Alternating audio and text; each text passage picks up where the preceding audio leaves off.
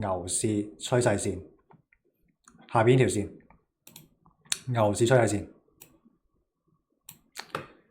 咁港股嘅一個走勢都係圍繞住呢一條線嘅上方喺度做一個波動。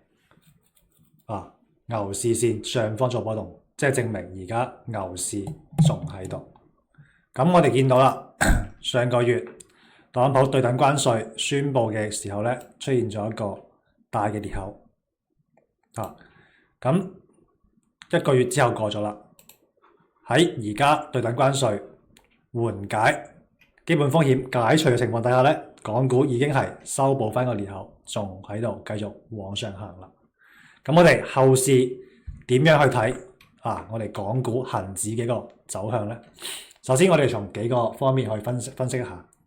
第一方面目前一個市場最矚目、最關注嘅一個影響我哋股市走勢嘅一點咧，就係貿易戰、關稅戰。咁而家貿易戰、關稅戰嘅一個情況係點嘅咧？咁而家我哋中美今個禮拜咧就聯合聲明發咗啦。互相取消大家一個反制嘅關稅，咁保留一個10%嘅基準關稅，雙方都有保留。24%嘅關稅咧暫緩90日，咁相當於而家美國對我哋嘅一個關稅就係20%嘅芬太尼，呢一個係2月份、3月份。通過2次各10%交俾我哋嘅，加上10% 嘅基準關稅，再加上而家24% 暫緩嘅90日，暫緩90日。咁而家即係相當於我哋而家嘅關稅係30%。OK， 30%。咁中國對美國。呢部分係冇嘅，20%芬太尼係冇嘅，呢一部分同樣係暫停咗。10%咧同樣都實施嘅。另外91%反制嘅咧，大家都取消咗。OK， 咁我哋睇下後市呢個關稅會點樣發展咧？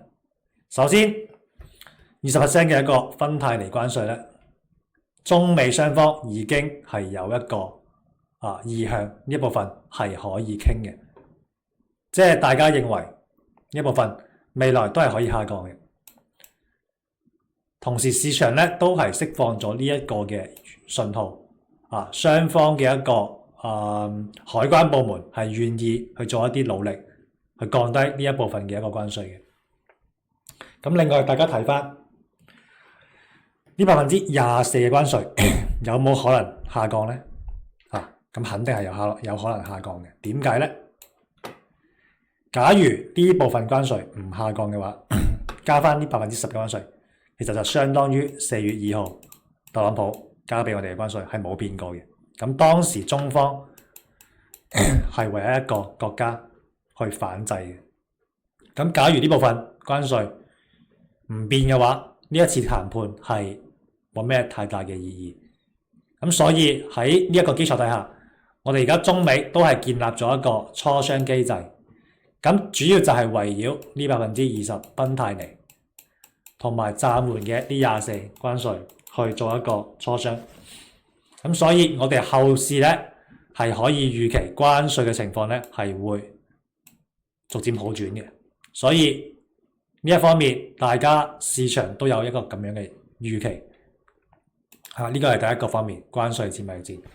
咁第二方面，我哋而家留意到。美國方面咧係一個貿易政策咧問題上，佢已經係有一個態度嘅轉變，佢已經係向市場釋放咗佢對待呢個貿易問題上咧係想有一個溫和嘅處理方法。咁表現在佢對英國咧已經係有一個貿易協議啦。要求英國買佢嘅農產品、食物，咁佢係願意降低翻呢個汽車鋼鋁嘅關稅嘅。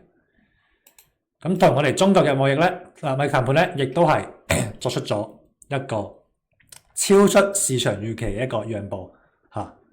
依家剩低30%嘅關稅，其他方面都可以商量。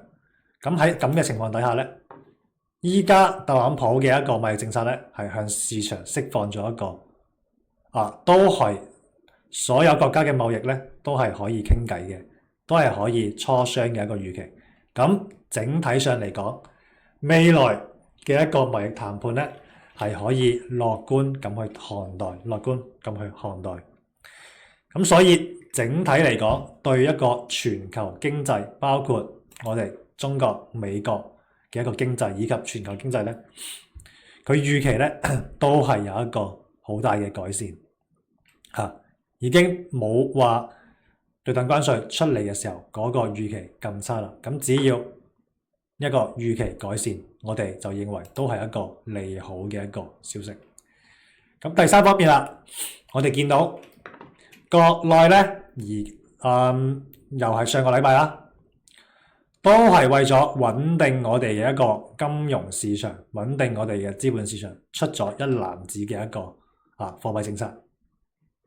呢一個亦都係國家作預期管理嘅一個非常之好嘅一個動作。依家國家學識會做一啲預期嘅管理啦，令到投資者有一個比較清晰嘅預期。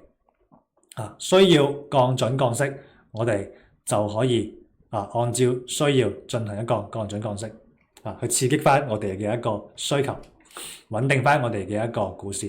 咁呢個係第三方面啦，係由我哋國內嘅政策去分析嘅。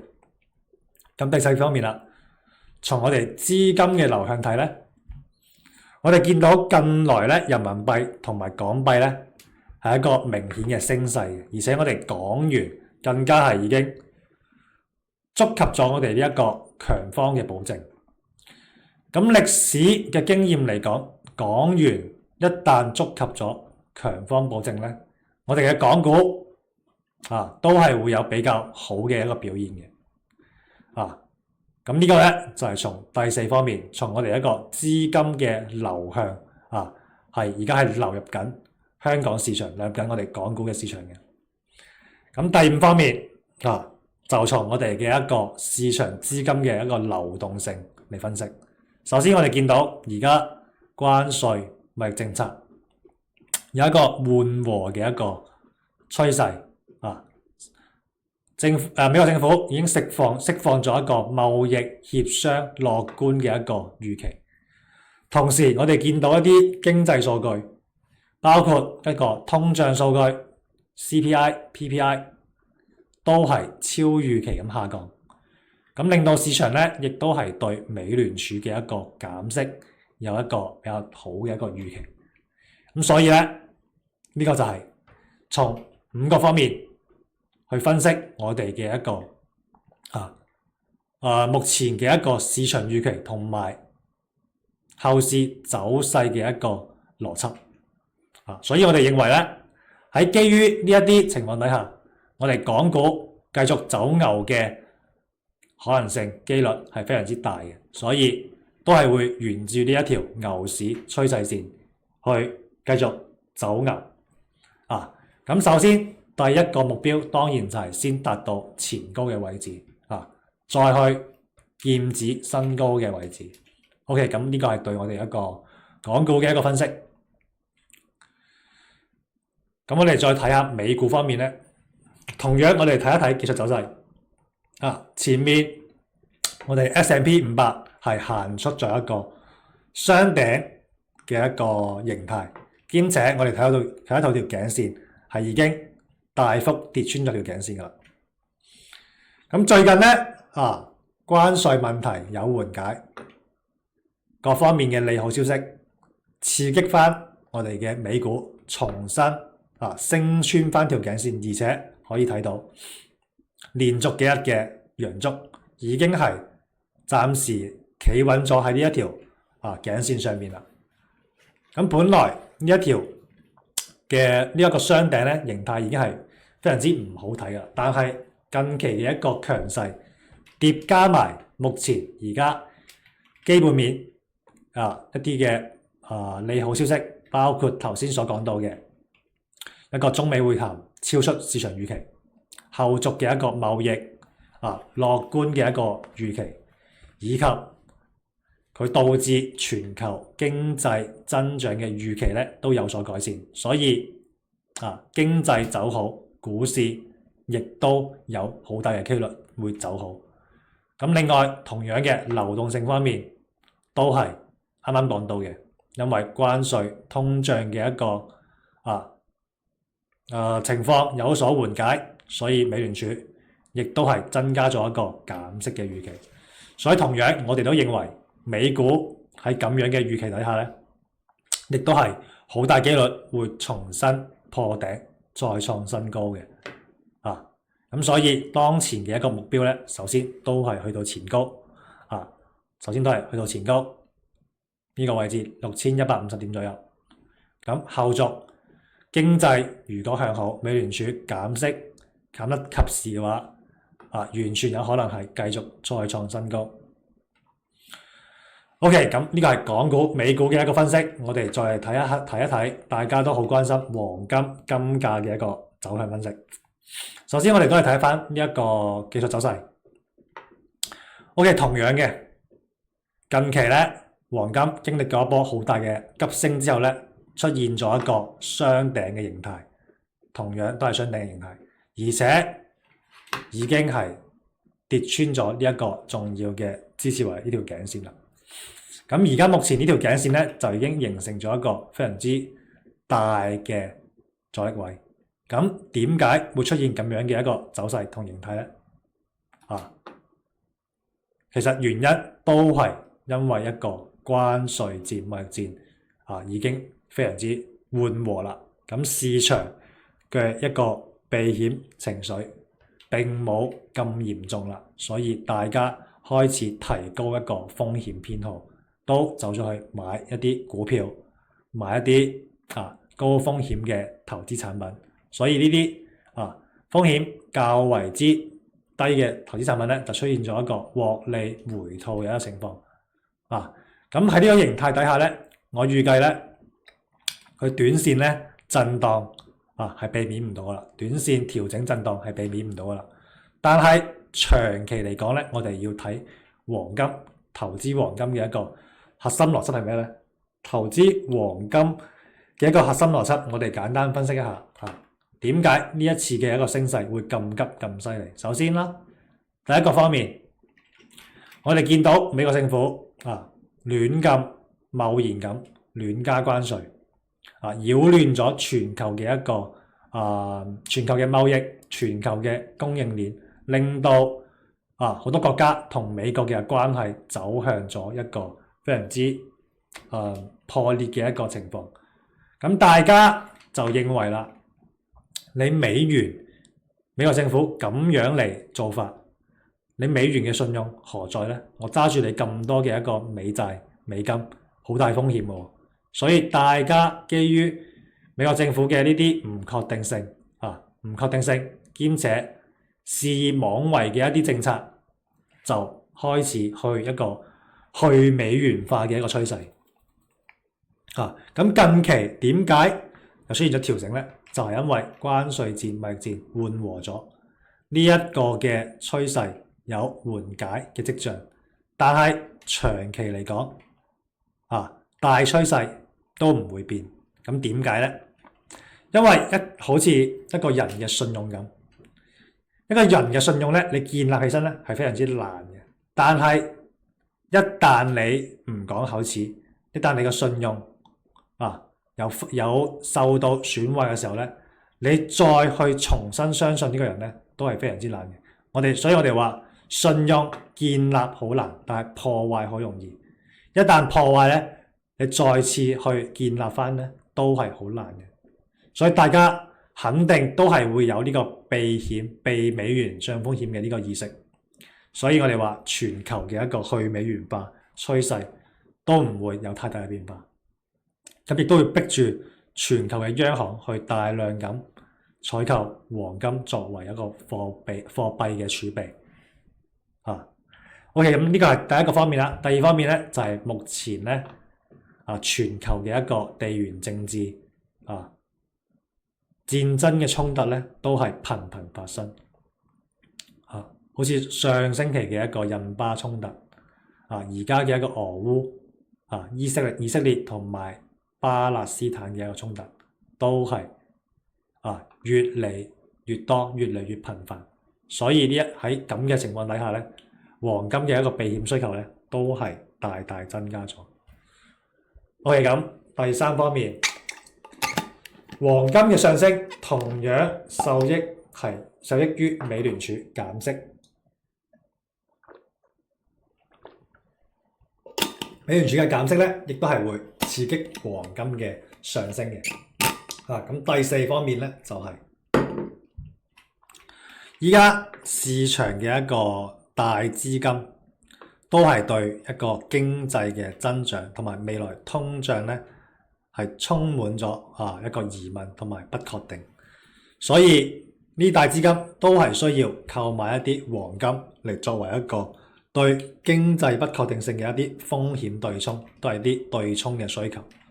OK， 咁呢幾個核心嘅邏輯原因講好咗啦，所以我哋嘅結論就係短線由於出現咗咁樣嘅形態，同埋一啲基本面宏觀政策、地緣政治啲原因出現咗一個下跌，出現咗一個短線嘅調整，而且目前嚟睇調整嘅一個時間空間可能都會比較上要大翻少少大翻少少。咁我哋睇翻可以攞翻2980蚊作為下一個支撐位。如果呢一個支撐位跌穿咗嘅話，下一個重要支撐位就係2980蚊啦。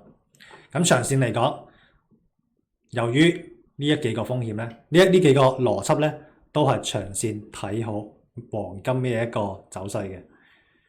咁如果有需要投資黃金嘅話咧，都可以喺低位逢低可以考慮吸納。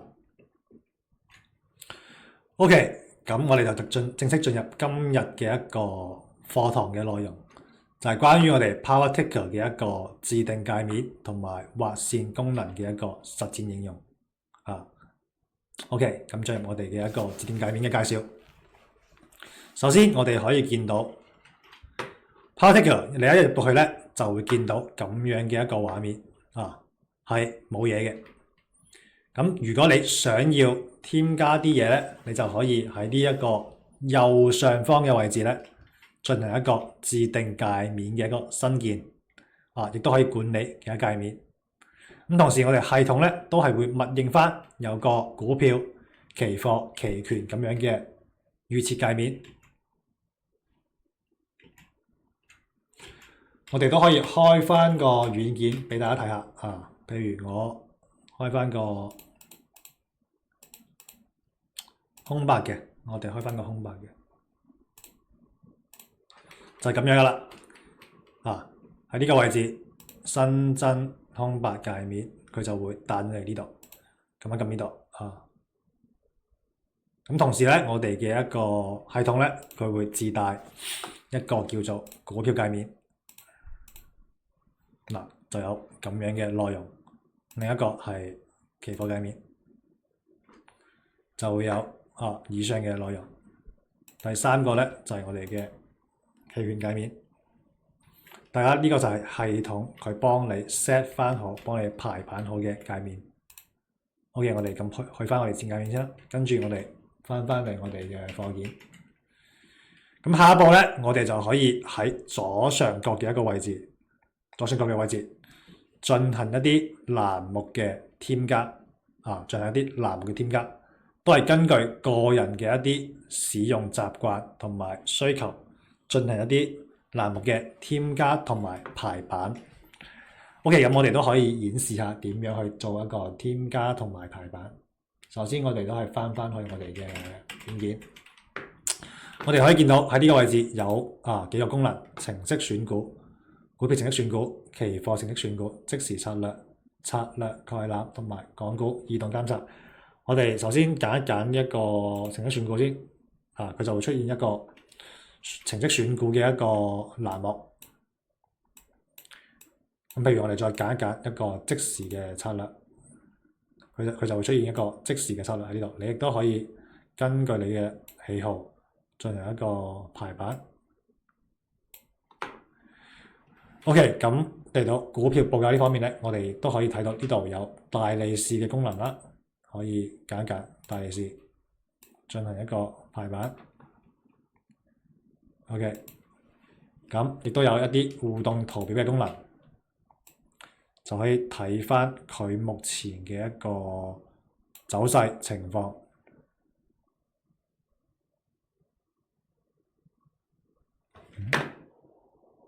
走勢情況 ，OK，咁亦都有其他等等嘅功能，譬如話我哋嘅成交記錄、資金盤路一啲公司資料嘅功能，大家都可以進行一個添加嘗試，自己去排一個自己喜歡嘅版面。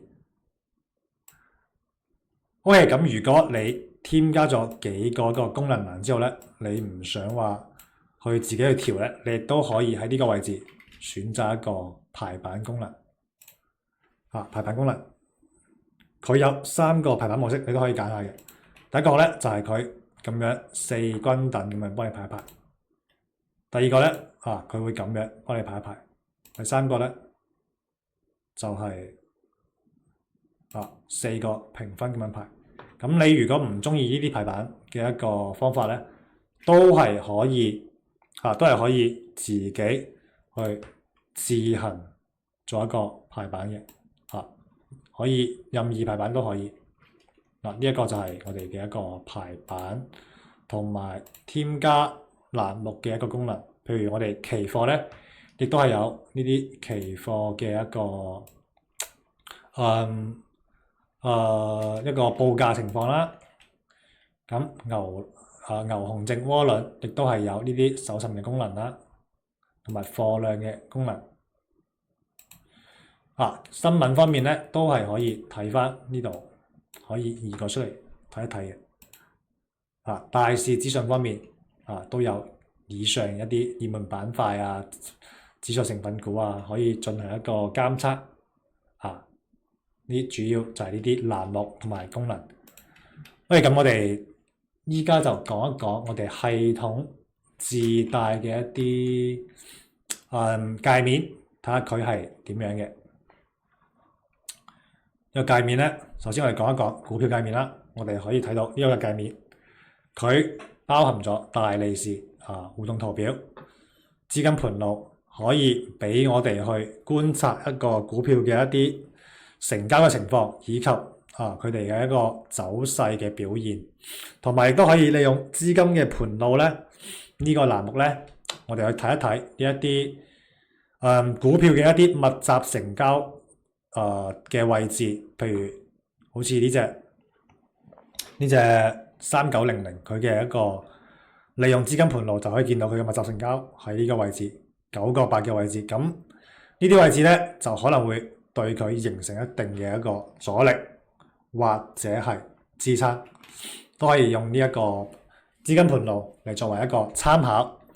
咁另外咧，我哋都可以睇翻我哋嘅一個策略概覽同埋即時策略，可以去監測翻觸發我哋預設嘅一啲策略嘅股票。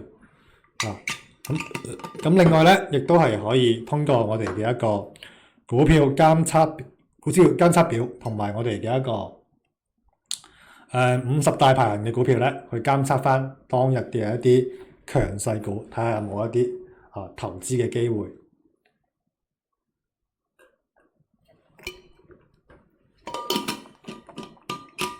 咁另外咧，我哋嘅一個我哋俾大家睇一睇軟件入邊嘅一個股票版面先。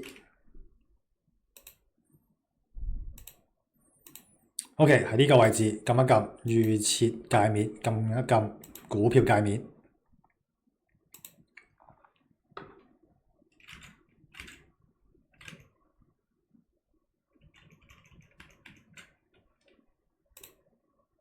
咁撳股票界面咧，我哋就可以睇到好似頭先所講嘅，譬如呢個位置大利是，我哋可以睇到啲成交嘅一個情況。圖表我哋可以睇到啲走勢嘅情況。資金盤路就可以睇到一啲成交密集嘅情況，可以作為一個對佢嘅一啲阻力區、支撐位嘅一啲參考。好似呢啲位置咧，我哋輸入我哋嘅股票代碼就可以見到我哋嘅一個一啲相關嘅一個信息。嗱，如果喺呢度 set 翻個同組別嘅話咧，你喺呢度一撳個代碼咧，佢三個圖咧佢都會自動轉嘅。譬如我哋撳5號匯豐，三個圖會自動轉嘅，只需要喺呢度 set 翻嗰個組別組合就得噶啦。OK， 咁下邊咧就頭先講到嘅一啲你預設咗嘅一個策略啦，佢就會幫你喺呢度監控翻咁就同時咧，我哋可以睇一個交易啦，睇走勢啦，睇一啲成交嘅支撐阻力位啦，睇成交量啦。另外咧，我哋又可以睇翻一啲其他觸及你嘅一個策略嘅股票啦，做到一個提醒啦，做到一個提醒。另外咧，又可以監察翻一啲強勢嘅股票，睇下佢有冇一啲投資嘅交易機會。咁另外咧，我哋睇翻一個期貨嘅版面咧，翻我哋課件，亦都係可以通過一個期貨嘅版面咧，睇到我哋有一個期貨嘅一個交易情況。我哋恒生指數期貨交易情況。另外咧，亦都係可以通過呢個互動圖表睇到一個走勢嘅一個表現。期貨嘅盤路咧，同樣係俾我哋睇到一啲當前嘅一個成交密集區形成嘅一啲阻力支持位。下面咧都係一啲成交記錄成交情況。咁呢個期貨未平倉合約咧，就係用嚟俾我哋判斷一個市場咧佢嘅一個波動嘅幅度，同埋未來有可能嘅一個走勢方向。我哋都係翻我哋嘅軟件嚟睇一睇。咁呢度頭先講嘅一個成交情況，可以睇翻呢啲位置互動圖表，睇翻佢嘅走勢。期貨盤路可以睇翻一啲成交密集嘅地方，同埋支持位、阻力位。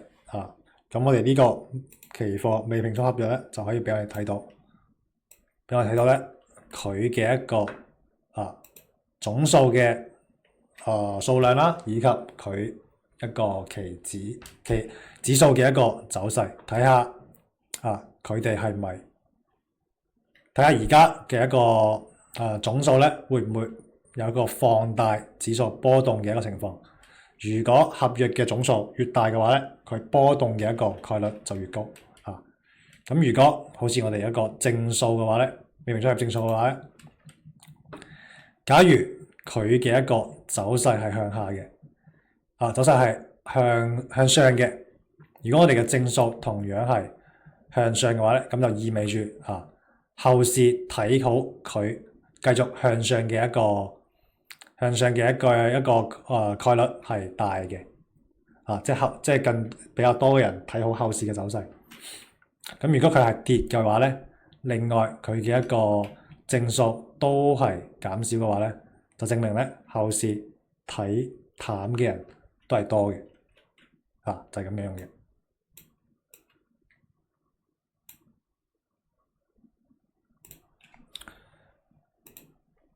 OK， 我哋就跟住咧，仲有一個期權嘅版面，同樣因為我哋期權咧都係要留意翻我哋相關嘅一個股票嘅一個情況，所以我哋呢度都係俾出一個股票嘅一個交易情況，同埋佢嘅一個互動圖表，以及佢嘅一個資金盤路，去俾我哋判斷呢隻股票嘅一個走勢交易嘅情況。咁另外咧，呢個期權嘅界面咧，就係俾我哋攞嚟做一個期權目前嘅一啲價位數量同埋合約價嘅一啲情況嘅。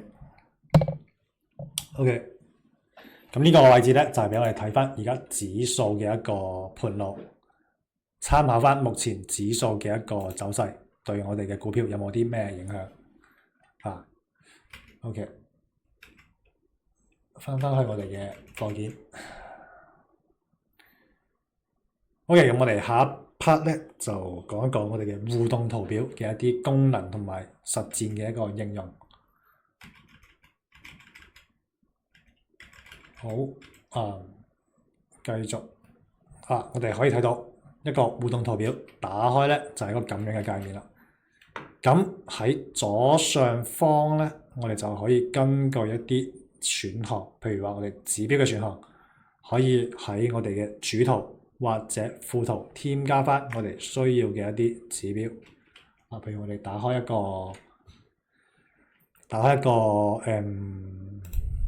頭先嘅嗰個界面新嘅譬如我哋將呢啲先關咗佢，我哋打開一個互動圖表，我哋放大佢 ，OK。咁咧，我哋就可以喺呢個位置進行一個指標嘅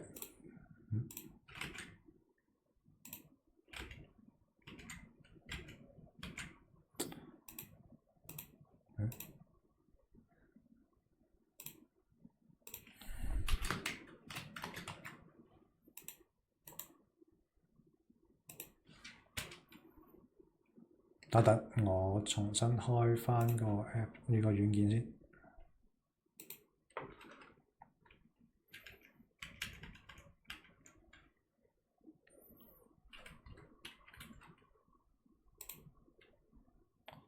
稍等，我重新開翻個軟件先，可能頭先棘住咗個軟件。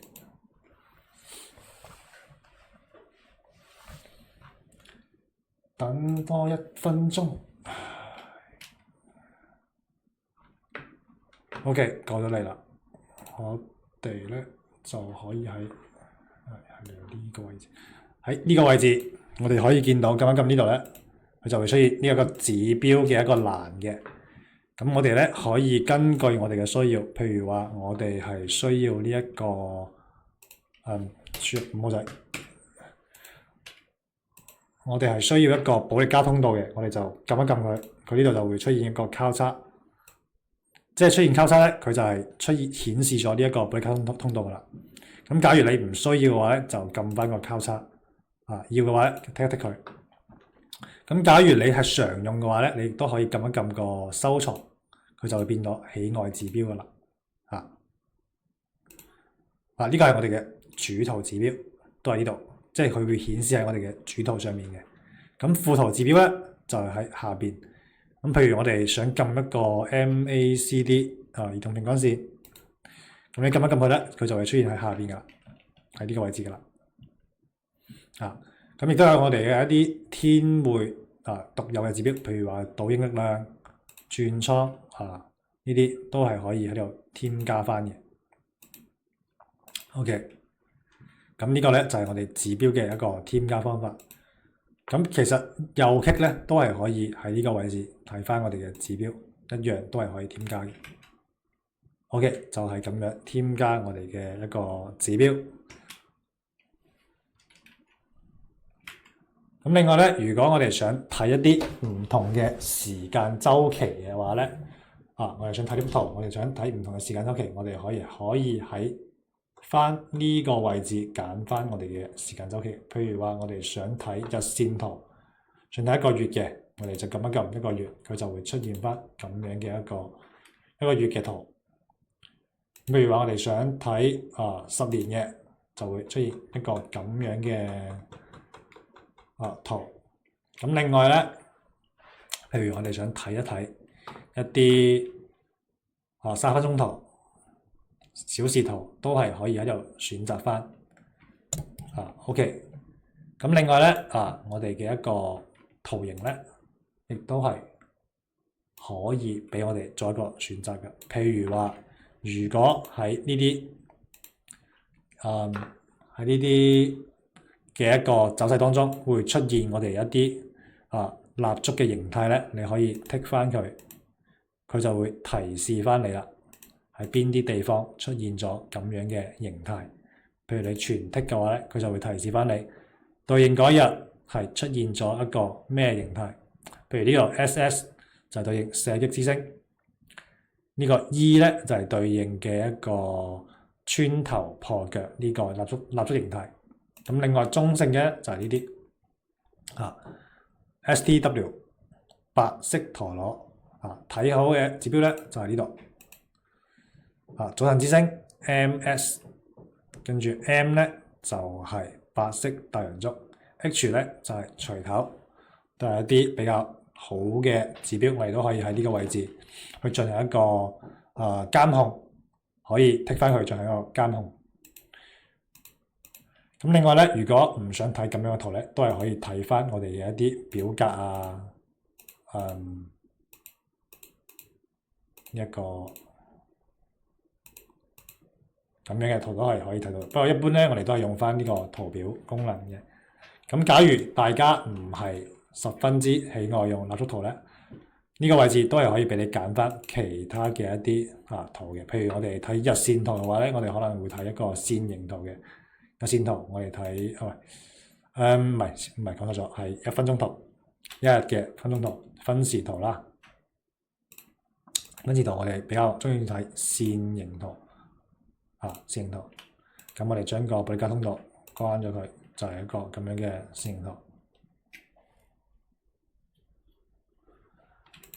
OK， 咁仲有一個位置咧，就係呢個位置，我哋可以將一個圖表分開幾個框，咁我哋就可以同時睇翻幾隻嘅股票啦。譬如呢個位置我哋想睇1號仔，呢個位置我哋想睇2號仔，呢個位置我哋想睇3號仔，就可以同時進行4隻股票嘅監測。咁亦都可以根據你嘅喜好咧，去監測多隻股票嘅用呢啲有排版功能去監測。咁如果你想放大嘅話咧，亦都係可以咁樣去進行一個放大同時咧，如果你想去做一個時間嘅同步咧，就可以剔一剔呢度，佢就會同步翻個時間噶啦。咁如果你想4個圖咧都係同一個股票嘅話咧，就係剔一剔呢個股票號碼，佢就會變翻所有都係匯豐嘅。就係一個，如果指標都想同步嘅話咧，就係可以剔翻呢個選項。咁就係一個咁樣嘅用法。係啦。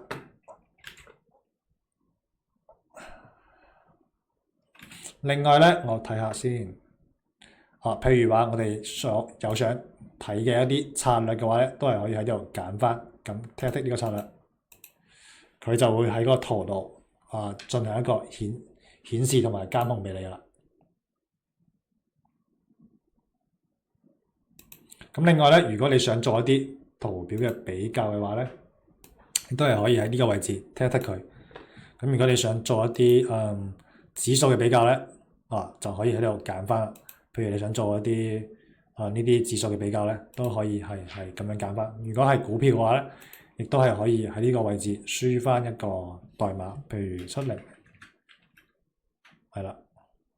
咁佢就會去顯示喺呢一個圖嗰度，同佢嘅一個股價走勢線圖進行一個比較。譬如我哋呢度揀翻個線圖，就會有一個咁樣嘅比較功能，係啦。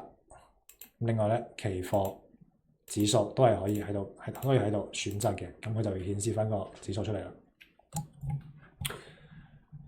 OK，咁就進入下一 part，我哋嘅一個畫線功能嘅一個介紹畫線功能嘅介紹。OK，咁我哋都係用翻呢一個互動圖表，我哋先轉翻做一個個股嘅大圖先。個股大圖，我哋選擇一個。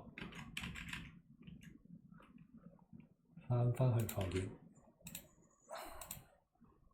畫線功能我哋係可以喺右方嘅一個畫線工具選擇翻合適嘅畫線工具去進行我哋嘅圖表分析。咁唔好以為咧，我哋淨係得呢幾個功能喎。我哋每個圖標嘅右下角咧有個三角形，係會出現更多嘅畫線工具嘅。咁都係同大家演示翻點樣去用呢個畫線工具啦。OK，譬如恒生指數，我哋用翻個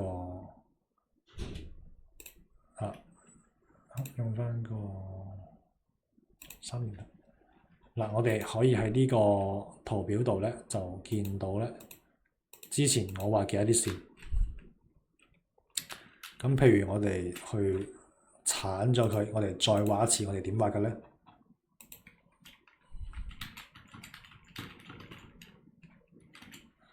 我又係將呢個剷咗佢先。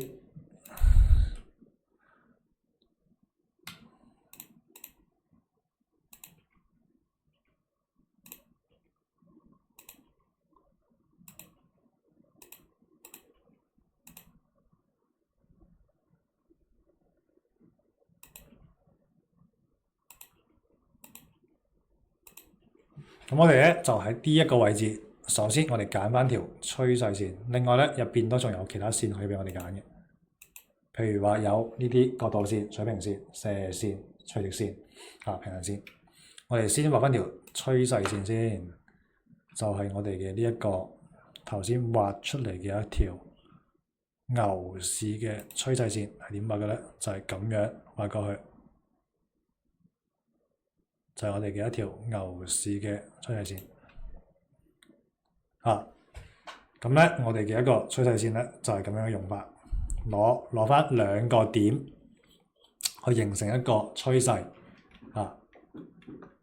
咁譬如我哋呢啲平行線係點畫嘅咧？首先我哋刪咗呢幾條先，跟住我哋就喺呢一度揀翻水平線，水平線，咁攞翻呢個頂咧，做下一個嘅目標位，我哋喺呢度畫條線，就可以出現一條水平線。咁跟住咧，如果我哋認為呢個位置係一個支撐位，亦都係可以喺呢個位置畫翻條支撐線。咁假如你認為呢一個位置咧係一個阻力位嘅話咧，亦都係可以喺呢個位置畫翻一個阻力線。OK，呢個就係咁樣用嘅。咁亦都係可以用翻我哋一個平行線咧嚟做一個通道嘅一個畫法。譬如我哋認為呢一紮咧，其實佢應該係一個通道嚟嘅，我哋就可以攞翻一個呢啲位去畫一個通道出嚟。咁一般咧頂咧佢都係會掂到個通道頂嘅，咁底咧一般都係會掂到個通道底嘅。咁所以咧我哋嘅畫法咧就類似係咁樣去畫一個通道出嚟。咁呢個通道咧就係如果佢進入咗呢個通道嘅話咧，佢應該就係會喺呢一個通道嗰度上下咁樣彈住震盪向下嘅。咁趨勢線咧，一般如果係咁樣向上趨勢線咧，佢就係會喺呢啲趨勢線以上咁樣向上震盪向上行嘅。咁呢啲平行線阻力支持位咧，就係話咧，去到呢阻力位咧，就會有嗰個比較大嘅阻力難以上穿，咁可能就會彈一彈跌翻落嚟。支持咧就係跌翻落嚟嘅時候有個支持又彈翻上去，就係咁用嘅。OK，咁就下一個，我哋嘅頭先睇到啦，趨勢線、通道、阻力位、支持位，通道嘅形態，如果係呢一隻1415都俾大家睇下。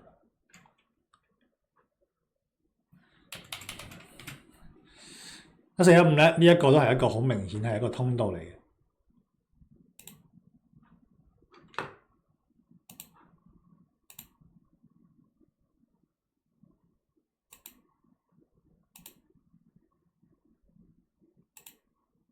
OK， 我哋睇翻呢個通道都係一個相當之明顯嘅。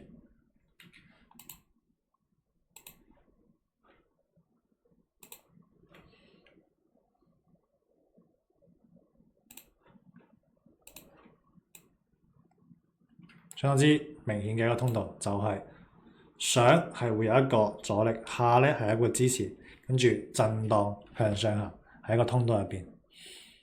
OK，咁另外咧，亦都同大家講翻一個圖表界面嘅其他功能啦。呢個位置平衡線啦、趨勢線，呢度就係一個預警功能嘅線，即係你掂到嗰條線咧，佢會發出個預警俾你嘅。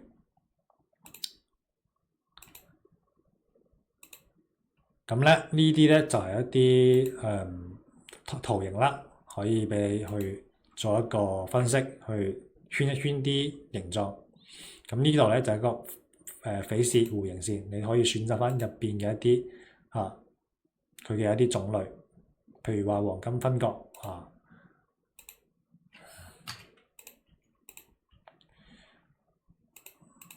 咁咧呢個位置咧就係有一個形態嘅一個圖形，亦都係可以俾你用翻。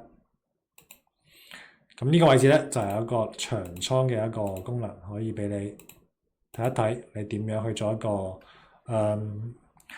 一個風險回報比。譬如話我哋喺呢個位置，你set 翻個止蝕同埋止賺位咧，佢就可以計一個風險回報俾你噶啦。譬如我哋呢個位置，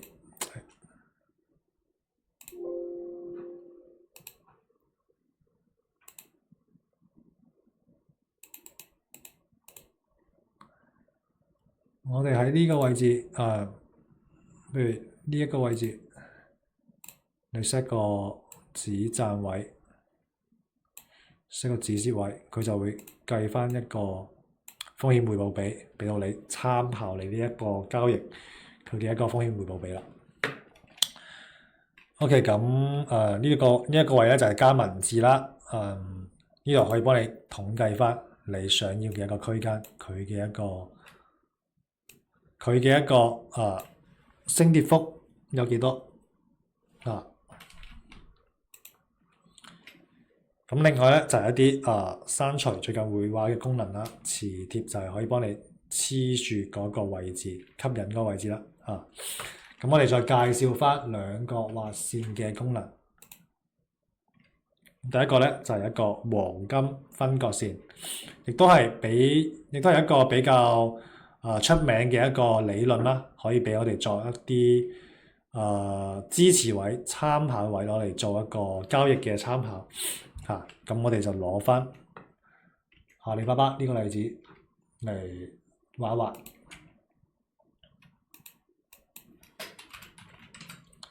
OK，我哋見到呢個位置，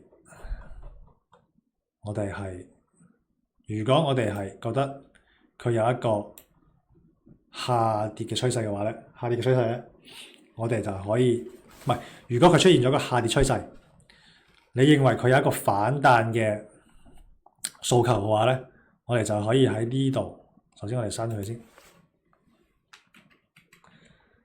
跟住喺呢個位置揀翻我哋嘅一個黃金分割線，我哋就攞下邊呢個最低點拉翻上去上一波嘅高點，咁佢呢個反彈咧就會形成一啲阻力位啦。如果到咗呢個位置佢彈唔上去嘅話咧，可能呢個反彈咧就比較弱勢，就會再跌翻落嚟啦。咁假如佢升穿咗呢一啲強勢線嘅話咧，咁呢條線咧就會做翻一個支撐位，就係咁樣用嘅，咁假如佢再升翻上去嘅話咧，咁佢就係一個強勢反彈變咗轉勢嘅啦。OK，呢一個就係一個黃金分割線，出現一啲關鍵位置可以作一啲阻力支撐嘅一個參考用法。咁另外咧，我哋亦都講一講江恩角度線嘅一個用法，一個畫法。攞呢個700呢隻股票攞嚟畫一畫，都可以見到我之前亦都有畫過。咁呢個係點用嘅咧？亦都係俾你用呢個江恩角度線咧，從呢個低位拉去一個波段嘅高位。咁佢呢啲線咧就亦都係攞嚟俾你做一啲阻力位、支撐位嘅參考。阻力位、支撐位嘅參考，譬如我哋刪佢先，我哋喺呢一個位置，係呢個 SR 呢度放射線呢度，撳一撳下邊嘅生物型，選擇翻我哋嘅光因角度線，跟住我哋喺呢個低位呢度拉上去一個高位嘅地方，咁佢咧就會出現咗呢幾條線。咁通常咧，佢都係會喺一個區間嗰度做一個震盪嘅。譬如係向上嘅趨勢咧，佢就通常咧係會喺一個區間度震盪。咁只要你掂到呢啲線，再佢就會有一個支撐同埋阻力嘅一個作用。如果跌穿嘅話咧，就會從呢一個支撐變成阻力位，係啦。咁呢一個光因角度線咧，就係咁樣嘅用法嘅。咁另外我哋呢一度咧，仲有好多嘅一啲畫線功能啦，可以根據大家平時研究開嘅一啲畫線形態，以及呢啲黃金比例去進行一個進行一個分析，可以去用呢啲工具睇下呢啲股票嘅一個線係點樣畫嘅。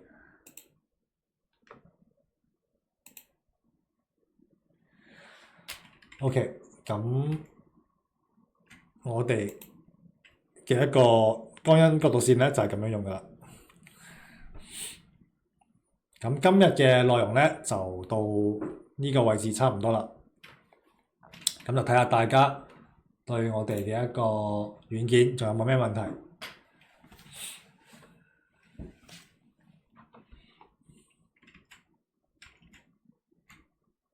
假如有問題嘅話咧，我就可以提出嚟。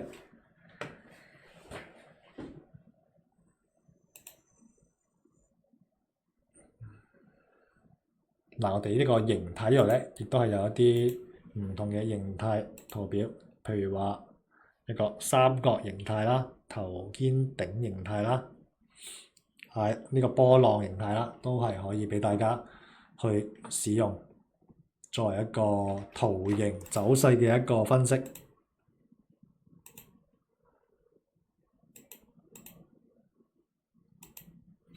OK，咁大家如果冇問題嘅話咧，咁今日嘅課堂咧就到呢度差唔多啦。OK，咁大